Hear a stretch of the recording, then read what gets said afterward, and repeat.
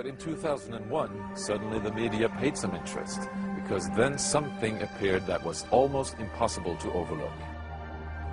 Right behind me is Britain's largest radio telescope, the Chilbolton Observatory. And here it was that the greatest sensation in the crop circle history was to appear in the fields right in front of the telescope. On the morning of 14th of August 2001, a formation was discovered which was different from any other previously seen. From the ground it looked like a tangled mess, wisps of crops spread around in no system. However, in the evening with growing shadows, a picture appeared, unmistakably that of a face. That picture represented a whole new technique, a screen technique, the same that's used for printing a picture on paper. 3 days later, the face was joined by something that looked like a data strip. Rows of counters made out of standing and flattened crop. But soon an astonishing similarity is discovered.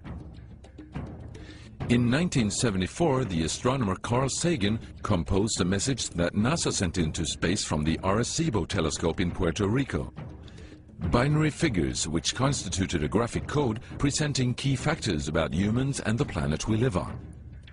27 years later, an identical pattern appears in a crop field right in front of a similar radio telescope. However, on closer inspection, it seemed to show that the code contained some fundamental differences. Sagan's message explained our calculation system, the dominant chemical substances within the elements that create life on Earth, about our DNA code, humans' height and quantity, and that we live on the third planet in our solar system, and lastly, a sketch of our radio telescope. The message received described the same calculation system, but that silicon is most dominant in life forms in contrast to carbon. The drawing also clearly shows a humanoid figure with large head in relation to its body. It's also explained that they have an extra string in their DNA, are approximately 4 feet tall, inhabit the 3rd, 4th and 5th planets in their solar system, and have a population of around 21.3 billion. Underneath, the telescope has been replaced by something more complex. 1 year earlier, a strange crop circle had appeared in the same place. Is this the same illustration as in the sender's code? Is this the correspondence radio telescope?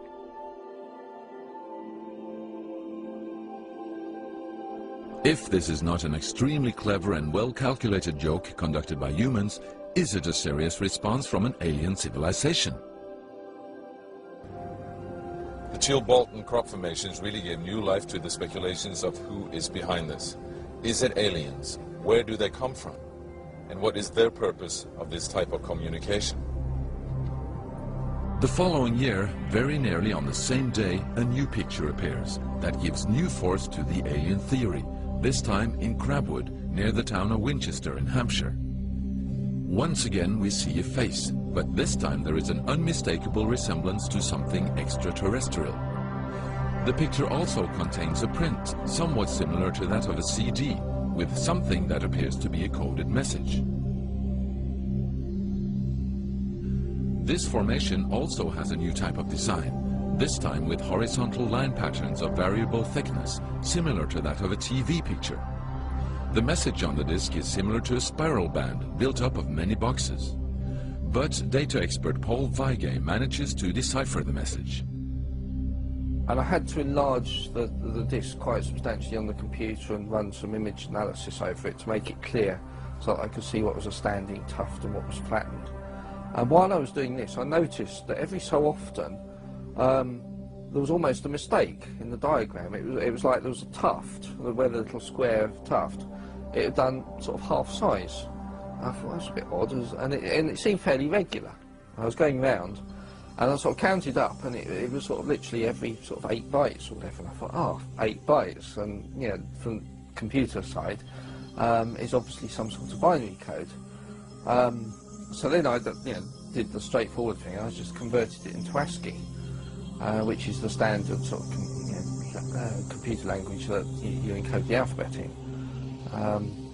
And of course I then started to get words forming out, and I thought, oh, you know, I'm getting somewhere here. So I then did the whole thing for the whole lot, and got this message. The message is in English and reads as follows.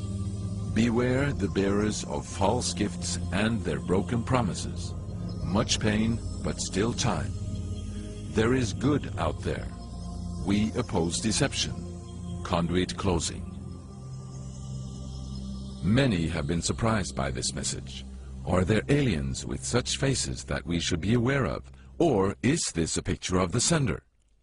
Does this indicate the start of actual close contact with neighbors in the universe?